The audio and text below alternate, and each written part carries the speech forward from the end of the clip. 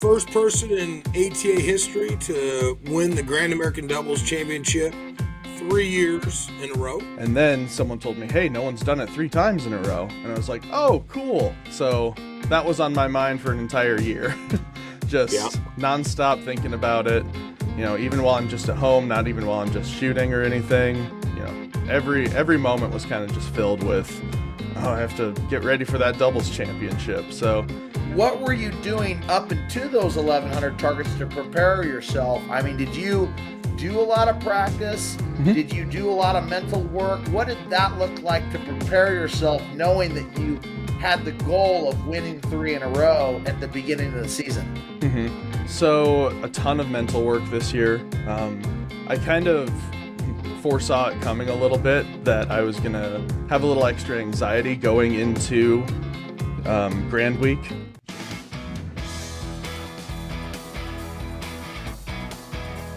Don't forget to follow us on our social media pages. Like, share, and subscribe. This podcast is sponsored by the following. Remington, made with pride in the USA. Iconic American impact. Wenig Custom Gun Stocks. Head on down for your custom fitting. Remember, winners shoot Wenig. Shot Tracker. Like having a coach on your barrel. For more info, go to takeaimtech.com.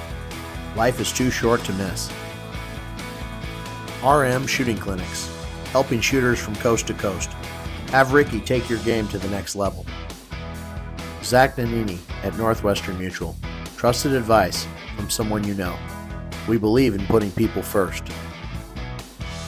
Other supporters for Trap Talk. The Nevada State Trapshooting Association. Don't miss their 75th annual state shoot this October in Las Vegas.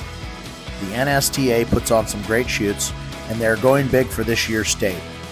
Go to nvtrap.com to check out their program and all other shoots as well. Welcome to another episode of Trap Talk. I'm your host, Zach Nannini. I'm here with my co-host, Richard Marshall Jr., and we have the honor of speaking with the 3-time consecutive ATA doubles world champion, Matt Bartholow. Welcome to the show, Matt. Hey, guys, how you doing? Good. Awesome. Well, Rick, he not only won the doubles again, but he set the high average award for the year. Tell our listeners about that. Yeah. So, Matt, first person in ATA history to win the Grand American Doubles Championship 3 years in a row. But this year, he had a 99.73 doubles average. I know on the podcast live, we did a live deal there. We said he only missed 2. He was all excited. He couldn't remember missing 3, which, you know, when you shot, what'd you shoot? 1,100 doubles, I think it was, Matt? Yep, 1,100 on the year. 1,100, and you actually missed, you had 99 the first 2, and then you went on a run of 700 straight, and then you broke 99 in the the Kubota doubles. Yep. And then you broke, of course, the championship doubles. Yep. Hey, you see, you did it right. You broke 99 in the Kubota, the one that don't count. I usually run that Kubota doubles, and then I mess up the class in the championship. So, you know, if you're going to pick one to miss, everyone, just squirt one out in the Kubota. Right. Yeah, that's the one to do it, I guess. Yeah. Well, and we did a little podcast that morning before that, you know, and Zach goes, "Oh, you're straight." And I'm like, and then Matt missed, and I called Zach. I go, "Hey, good job." He's oh, man. So thanks, Zach. I didn't mean to do that to you, Matt. I'm not a vicious person. It just happens, you know. No, you're good. I was well aware of it going into it, so I mean, I was thinking about it and just missed one there. I'm sure a bunch of people walk up to you and be like, "Hey, you haven't missed a doubles target all week. How's that feel?" Yeah. Right? It's like, oh, I'm aware of it. Yeah, well, really. Thanks for letting me know today. So getting into that a little bit. So you won, you know, 3 championships, but backing up, going into the Grand, you know, you broke the 100 championship doubles at Iowa, and then going in, you run the first 600 doubles. Now, this is your second time breaking at least the 500 in the prelims. Yep. Okay. So what was like, take us back to that. What was going through your head as you were breaking, each event? I mean, were you thinking about the end game of the average? Were you thinking about the doubles championship at the end every time you were shooting? Or was it just each event was each event? So I'll take you back even further to the 2022 doubles championship. Won that one. I realized, it had been a long time since anyone had done back-to-back for it. Yep. And then someone told me, hey, no one's done it 3 times in a row. And I was like, oh, cool. So that was on my mind for an entire year. Just nonstop thinking about it. Even while I'm just at home, not even while I'm just shooting or anything. Every moment was kind of just filled with, I have to get ready for that doubles championship. So kind of everything, especially once I got to Grand and it was almost more real that I was there, getting prepared for it and everything. Just, it was, nonstop, every single event thinking about that doubles championship.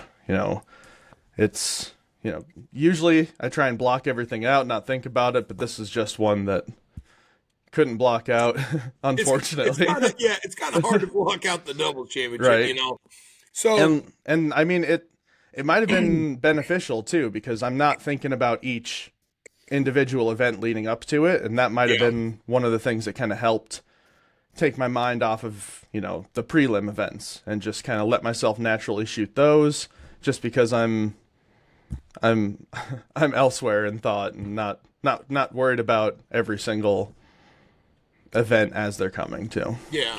Well, so you broke the 500, and then you broke the class doubles, which was 600, and I don't know if anybody's ever broke 600 straight at the Grand. I don't think. I don't remember. I know I broke 500 the one year. I know Harlan has broke 500. Okay. And then Austin Scroggin. Okay. We just lost Austin Scroggin actually during the Grand. He passed away in a work-related plane crash, but so rest his soul. It was a good kid. He was a student of mine, shot for me at Doane, but so there was only 4 or 5 people that I knew of that had ever done it, but I don't know that anybody's ever broke 600. So you broke 600. We chatted that morning. You had the Kubota doubles. Zach was in your head. It happens, The little Italians running around in there, when you missed, now where did you miss in the Kubota doubles? First 50 or second 50? I think it was in the first 50, but I'm not totally sure. I think it was on the first post, if I remember right. Okay, so when you missed, what'd you think about? So, that whole week then, everyone had been, oh, you got all 500, and that was awesome to hit the first 500 and know that, the prelims are all done with, whatever. I don't have to worry about, keeping the 500 going or anything like that. Yep. So got done with that and just, it was almost like another load on my shoulders once I had that run going too. Another thing to think about. So once I missed it, it was almost like a relief. It's a relief. Kinda. Yeah. Brain experience. Yeah, just because then the next event was the championship handicap, if I remember right. Yeah. Doubles. So, not handicap, doubles. Next event was a championship doubles, so I could focus 100% on that and not have to think about, there's double pressure on it or anything. Right, yeah. Yeah, because if you did that, obviously you'd have set yourself up to be the only person to ever run all the doubles at the Grand, because that's never happened, and that's another level. So actually, turning this around, I think I'm owed a little bit of an apology, because you're welcome. That's the Italian in him. See? Right. He's trying to. I had to get the Kubota, Matt, so you can go 3. I had your back the whole time. Right. I appreciate it. You know what you were doing. He had that voodoo doll out. Just right. But I talked to my dad afterwards too, because he's always helping me with the mental stuff, and I told him I missed one today, and he was like, okay, how do you feel okay with it? I was like, I'm so freaking relieved about that. He's like, I bet. It's one less huge thing, and you can just have a clear mind going into the, as clear as possible going into the doubles championship. I still had that big looming thing over my head, the three in a row, but the end game. But yeah. Now back it up for a second. So I know everybody knows, your brother, your mom and dad, but I don't know if they really know the history of your dad. Okay. Your dad's a past professional baseball player, correct? Yep. And he was a pitcher. Yep. Now, who did he pitch for? He was with he was with Philadelphia for a while. With the Phillies. So, yep. So, as a professional athlete, the one percenter, as we'll consider, you in shooting, the one percenter, it's the top people in the sport. He has a major understanding of the mental side for baseball, which can't transfer over into to shooting. How it just depends. Everybody's different, You're more kind of laid back, versus your brother, Right. Yep.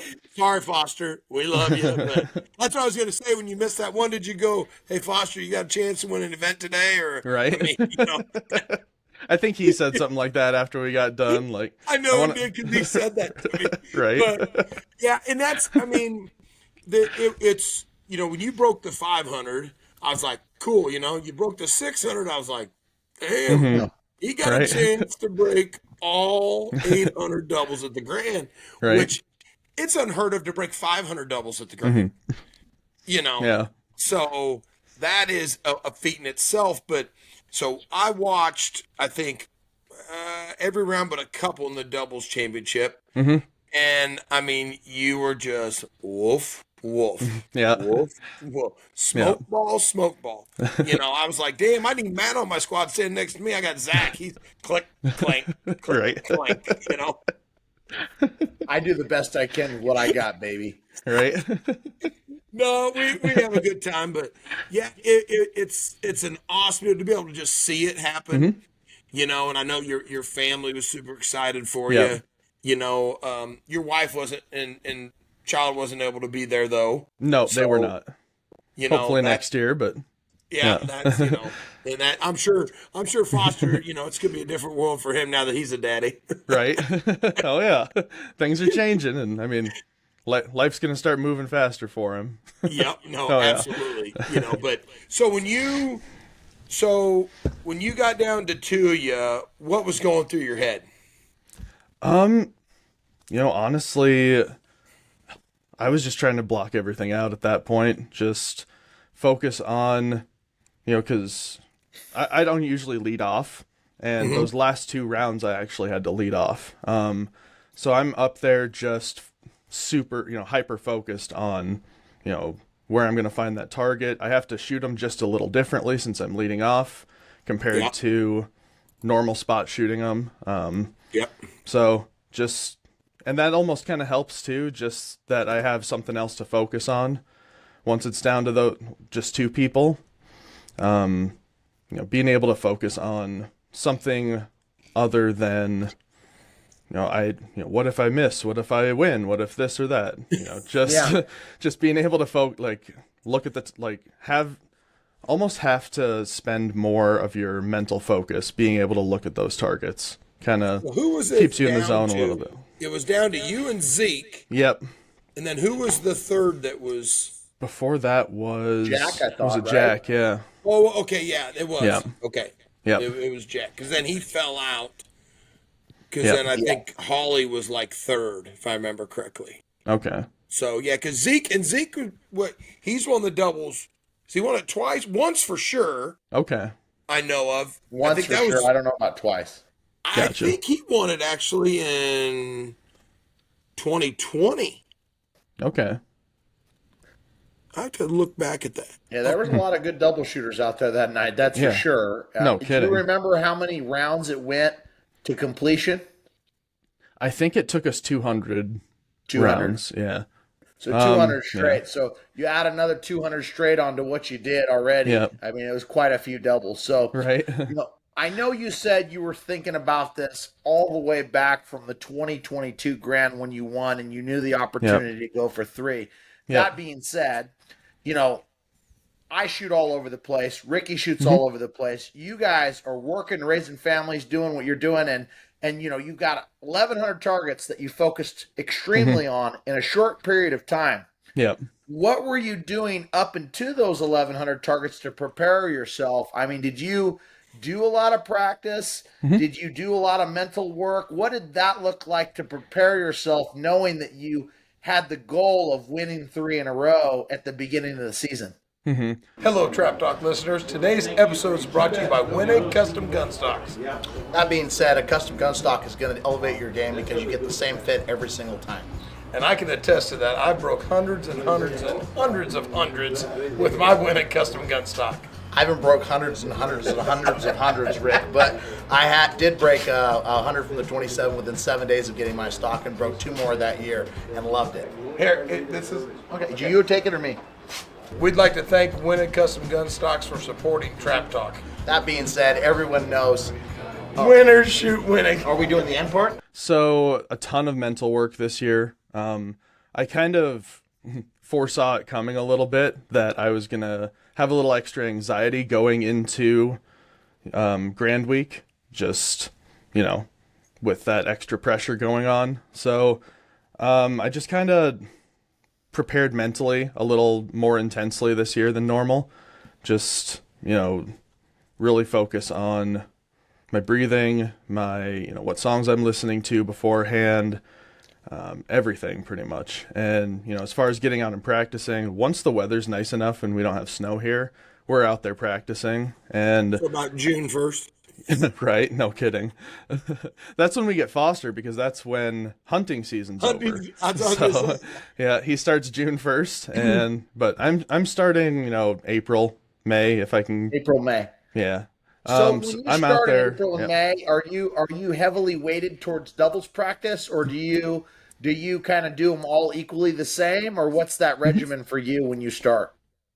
This year was probably a little more doubles focused than normal, just because I wanted to be ready. Normally I kind of weight them equally, but this year actually it was kind of tough. So I've lost a bunch of weight, and I went out there and I had a really bad first couple of rounds for doubles, and I just couldn't figure it out, and it got in my head. So had to have Foster and my dad come out and watch me, coach me a little bit, and figure out, what's going on. So my doubles didn't actually pick up until my state shoot. Up until then, they were kind of rough. I was a little nervous going into the year. What's going to happen? I mean, just so lots I of could practice, barely put a 50 straight together in the practice. Work out well. Yeah, exactly. But I mean, that's the way it goes some years. I mean, you don't know how it's going to turn out until you get there. And, sometimes competition is a little different than practice, as we know. I go out and I'll practice, and I'll set the trap on different, heights. I never set like perfect doubles. Yep. And I practice just basically, I'll set it on wobble occasionally and shoot. Just to shoot, because, as we know, some places can vary, but I go practice, shoot a little bit, but when you get to the event, it's a whole different mindset. I don't care. People always say, well, you practice the same as you shoot. Well, that is true, but when you get out there, competition's competition. Yep. There's no like, oh, let me go back over to post one and reshoot a couple pairs to change it. Yep. There ain't no changing. Yep. I agree with that. I think that, and everybody practices a little differently, I think. But, for Matt, are you doing station work? Are you setting a perfect set and trying to figure out how to break that specifically? Or are you trying like a lot of different things out there that aren't, tournament regulation, I guess? I do a little bit of everything. When we were kids, my dad really focused on us getting out there when it's super windy, rainy, everything. Just get used to everything. And that goes the same with, target height, target speed, you want to kind of go out there and be ready for anything. So, I'll set, purposely kind of crappy targets just to go, practice, because you never know what you're going to get. all of a sudden the wind's going to change while you're at Grand and targets are low or targets are super high or something. And, you either can't change them because, you're in the middle of the box, or, you don't want to change them. You're maybe on a roll and you don't want to mess with anything. So just trying to get used to pretty much anything that could be thrown at me is what I'm trying to do. Are you changing in between posts or in between shots if you see variance on target? Like if okay, these are really, really high now, are you then bringing hold points up, or are you trying to stay consistent with, I'm here in this spot and I'm going to make a move to the target wherever it is? Especially for doubles, I'm switching. I'm very, my height's variable depending on how high. Because you're spot shooting. Yeah, exactly. See, Matt spot shoots, Zach, where I drive up, you drive up. Yep. So I always keep my whole points close to the house, no matter if the target's 12 foot now or it's 8 foot, because I just go up to it. Where Matt, if he does that and he's holding here, he's going to shoot here. So he needs to raise it up in accordance to what the targets do. Yeah, so exactly. You're never letting that first target break your barrel, Matt. Is it always underneath you and you just trap it kind of, or do you see it on top? I never see it go above my barrel unless I'm leading off. Then I kind of have to change things up and drive just a little bit. But normally, I hold in one spot, and as soon as I see it coming up under my barrel, I pull the trigger, move to the next one. That way there's no movement on the first one. It's a lot easier than having to,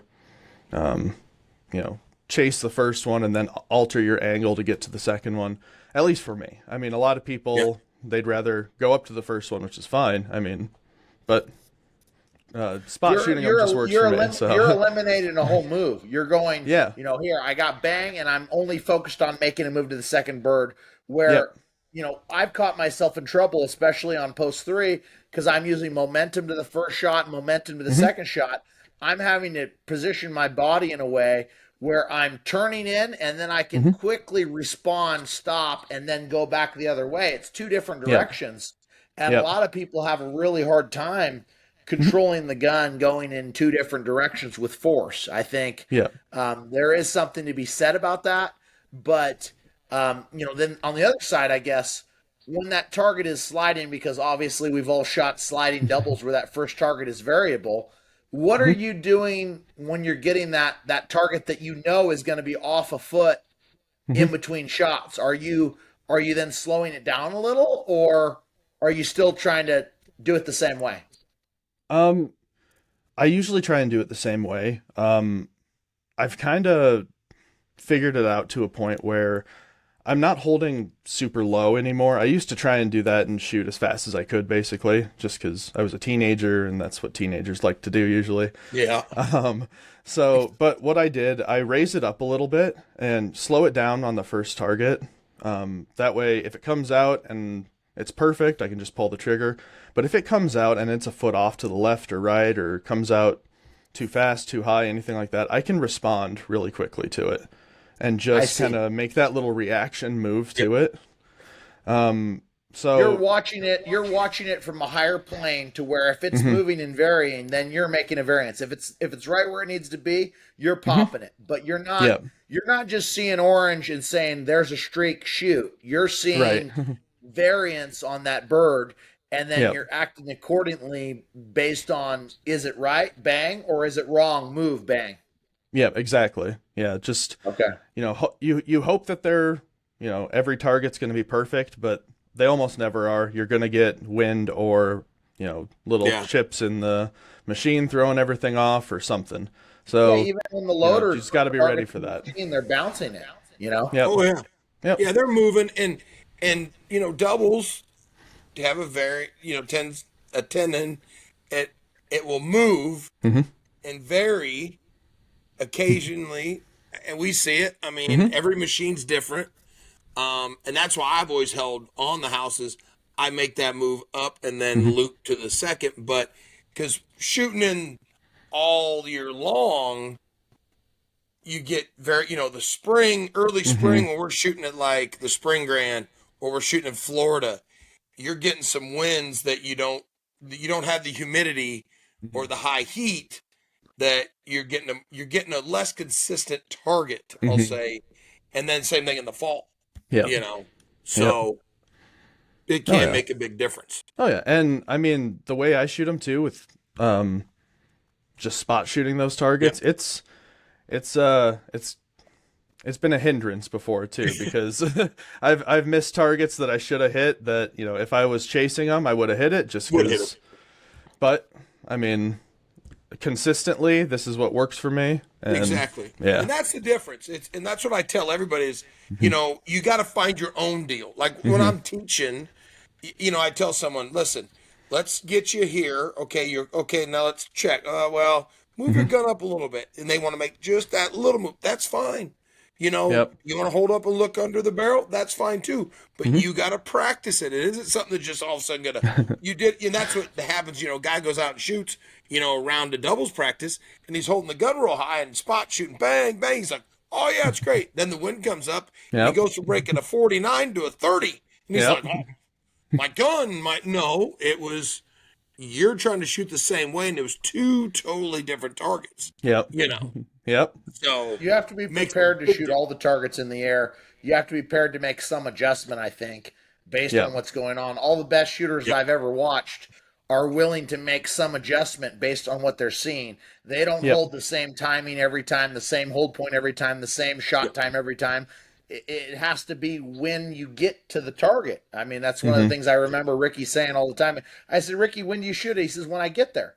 I mean, when you get there, is the best advice you can get from anyone. Yeah. And when it's right, it's right. Now, I know we spent a lot of time talking about your first bird. Going to the second bird. Yeah. You're spot shooting, so obviously you don't have a lot of momentum going in one direction. You're just stopping that target up. Yep. Bang. Once that happens, do your eyes start looking at the second bird? Does the gun start moving, or what's happening once the first shot is gone?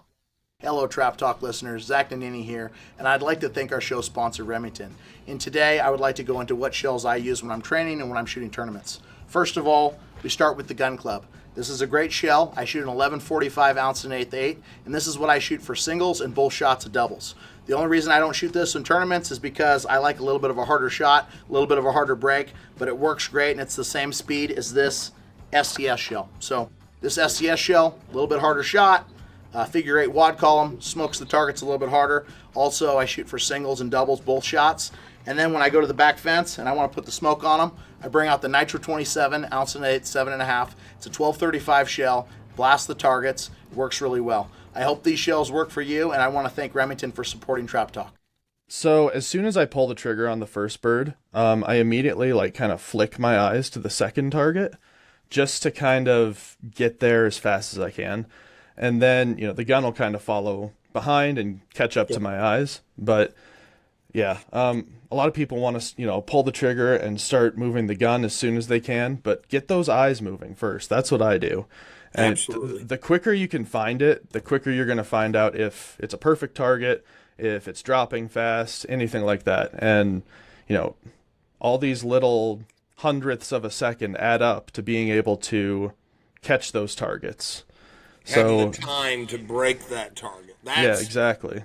And Matt hit the nail on the head, which Zach, we've talked about multiple times, is you got to move your eyes first. I watched some shooters here last weekend at the Southwest Grand we were at in Kansas, and they would shoot bang, and then you could see that barrel moving over, and their barrel's moving, their eyes aren't looking at the target, their eyes are more focused, say subconsciously, or seeing that barrel, and then they get to them bang. Yep. And I'm like, no. Yeah, it's so hard to see because when people are doing it, but I think so many people come over with the barrel and the eyes at the same time, and then they're kind of looking to catch up, and they're not knowing. I know if the target's going to be high or low or wide or short before I ever move over that direction. Yep. And I think a lot of people think we're crazy because they're like, how the hell do you get your eyes on the target before you go over there and get it? And I've had a lot of people say, really? Like, really? You know, the eyes jump? But just like you did with your eyes, Matt, they go left, right. I mean, they just kind of, they're kind of left to right looking at the bird. And yeah, I mean, gotta move them eyes. Yep. The gun falls. Move the eyes first. Now, are you like myself where you're the same shell both shots, or are you like Ricky where you give it the gas on the second shot, or what do you do there? What do you mean? Give it the gas. I give it the gas on the second shot. I shoot a light load the first round. Yep. So I used to shoot heavy for both, but then 1200 or 1250. 1200 for the second shot. You're medium gas. So we got still doing it the gas. I don't go full gas, but so me, I'm going light. You know, just a nice little puff. You're going, light, medium, heavy, and then Ricky's going light, 1250 boomer, banging. There you go. Blowing white flyers out of the sky. I mean, right. But I think if we look at each other, I mean, then we look at our sizes. There's kind of my size, middle, and then we got Ricky. So it's a variation of recoil reduction, I think. Right. Well, I mean, I used to shoot heavy loads for both of them, and just figured out, with the spot shooting, that extra, 50 feet per second or whatever, from going from light to heavy, doesn't really make a difference for that first. I mean, it's negligible. Less recoil. Yeah. Yeah, but the recoil, you can definitely tell. tell. Ounce and an eighth, right? You're shooting ounce and an eighth both shots? Both. Yep. Okay. Ounce and an eighth shot. So full choke second shot, improved modified. What do you got there on second shot? Second shot is full. First is improved modified. So you're pretty tight. 25. I'm tight. He's shooting 25, 35. Yeah. Damn, that might be a new thing I got to do this year. Tighten it up. The Browning chokes they have light full in there, so light full is the 30, which is comparable to our iMod and Krieghoff. Okay. So yeah, I shoot 20-30. I have shot 35-35, just messing around. I've even shot 35-40, but we need to get Zach to tighten his chokes up. He's that's my goal this year. I'm going away from those heats and cylinders, and I'm getting a little tighter. See if I can put a little more pellets on target this year for sure. We're kind of old. We call him old Chippy at the Harley Grand. We were calling him Chippy. That's okay. It's okay. Chips count. They do. I get him. I always say I take 100 chips over 99 smoke balls. Right. No problem. Yeah. So Matt, I mean, obviously you've just done 3 in a row. I know it's probably set in at this point because you've had some time, and I know away it doesn't always set in until later and after the fact you get to decompress and think about what you did. But are you already thinking about next year at the Grand, or are you thinking about 4? I mean, are you? Or is that like just we'll see what happens? He's not thinking about 4. Really, he's asking that question. So actually, I'm not thinking about it at all, which is nice. Right, exactly. Put it in his head now. Right. Hey. I mean, I did the 3, right? I did the 3. I accomplished that goal, and like as soon as that happened, like all the anxiety went away, and it's just I'm not feeling the same level of anxiety that I was a year ago thinking about 3. Yeah, because you realistically let's hammer it out. No one has won 2 except for you in a long time. Yeah. So anybody that's going to tie you, it's going to have to start next year. Right. I mean, so there's no anxiety. There's no. Yeah. I think no 3 in a row. I mean, that's 3 in a row is going to be a very, very hard accomplishment for anyone to even tie. So you did it and you set your mind to it. Now everything after this point is gravy. Right. It's a bonus after this.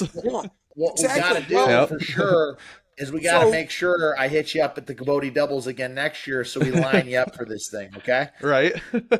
Perfect. Now, do you have any other, goals set out for next year or this? Well, actually we're in the current target year for the new year, but anything, set for that, or you just not even really thinking about it right now?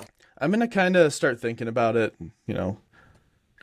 once we get a little closer, but honestly, like this year, I was hyper focused on doubles, and next year I'm going to be kind of trying to focus on all 3 of them a little bit better.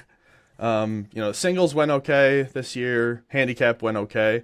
They could have both been better, but it's hard to juggle those two while I'm so focused on the doubles was the hard part. But I don't think you'd go back and change it. I mean, the result is what you wanted. No. So you focused on one thing, you did your job, and you go from there. Now reanalyze your goals and figure out what's important to you. I mean, and that's an ever-moving, changing target for everyone. Well, no kidding. Here's the thing. I mean, honestly, the last 7 years in doubles for you, Matt, you went like 99 plus, 99 plus, 98 plus, 98, 99 plus, 99 plus, 99 plus.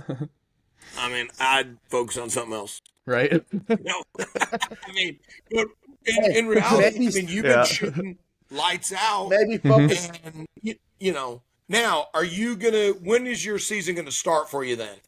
Is it going to be your state shoot again? Are you guys coming spring grand? Are you going to come back to Vernal?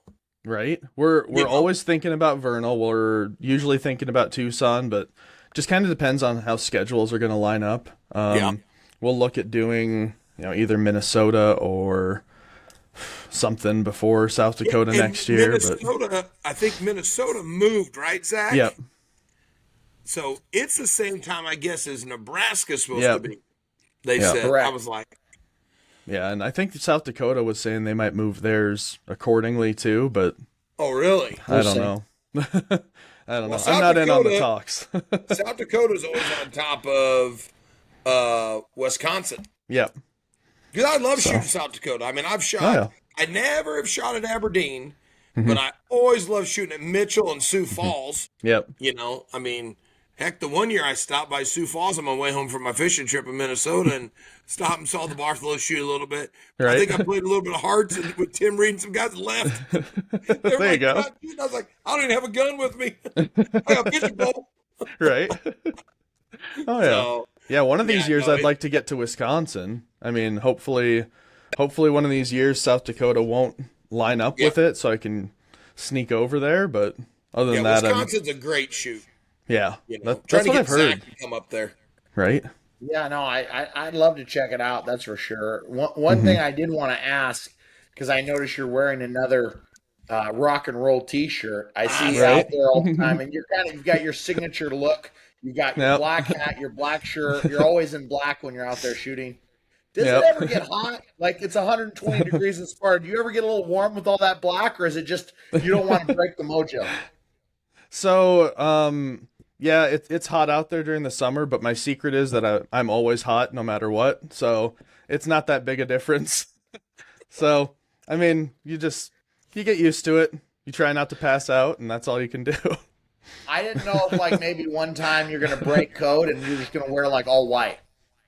I thought about it one year, but you should. Hey, right? At next year's grand, we'll say it here on the podcast. You ought to one day just roll out there. We can edit this out too. Right. So we won't say it. And Zach will have John do that. Just edit this part out. But one day next year, you just wake up, throw white socks on, white shorts and a white shirt and walk out and shoot. People be like, what the heck? And then the next day, go back to your black stuff and you know. Right. Well, shave my beard too, and no one will recognize me. Well, this was a really fun episode. I appreciate you doing it. Obviously, Matt, you've won the 3 in a row, which is why we wanted to finish with you. We did this ring series, just wanting to highlight all the ring winners at the Grand this year. We did Landon, we did Pat, we did Dagan, and now, obviously the doubles king.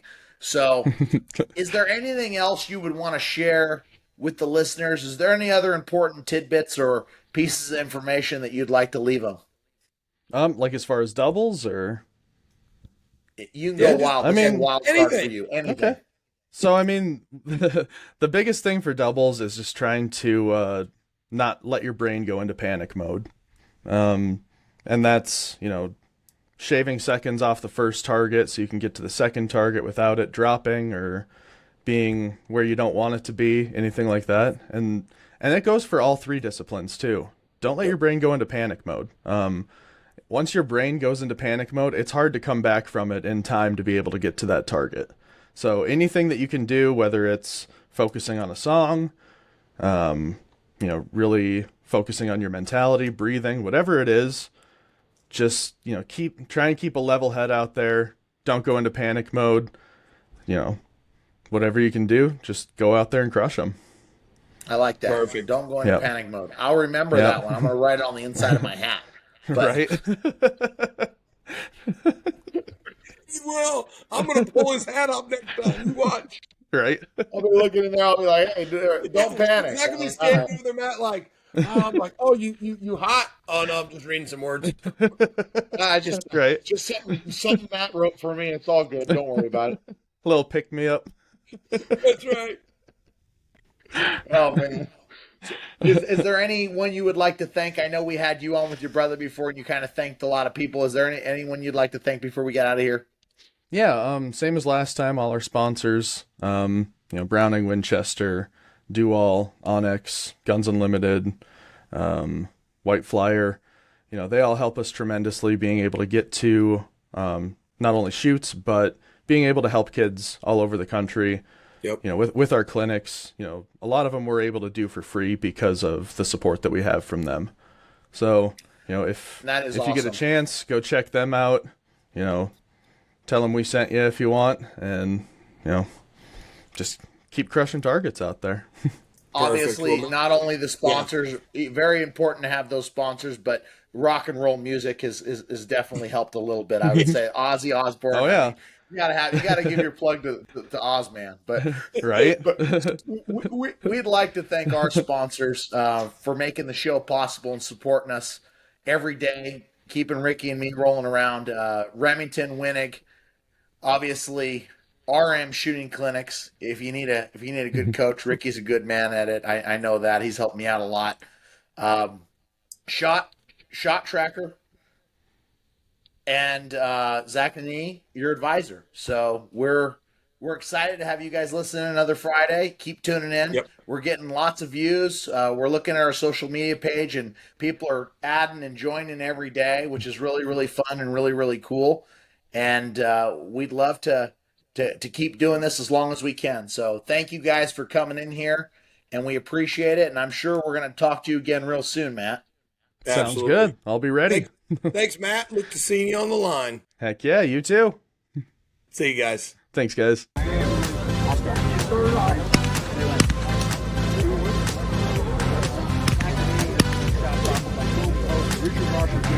Great. Your host of Trap Talk with my co-host Richard Marshall Jr. We've got some exciting record-breaking news from Matt Bartholow. So Matt Bartholow is the first person in history to win the doubles championship 3 consecutive years. I can see the sky.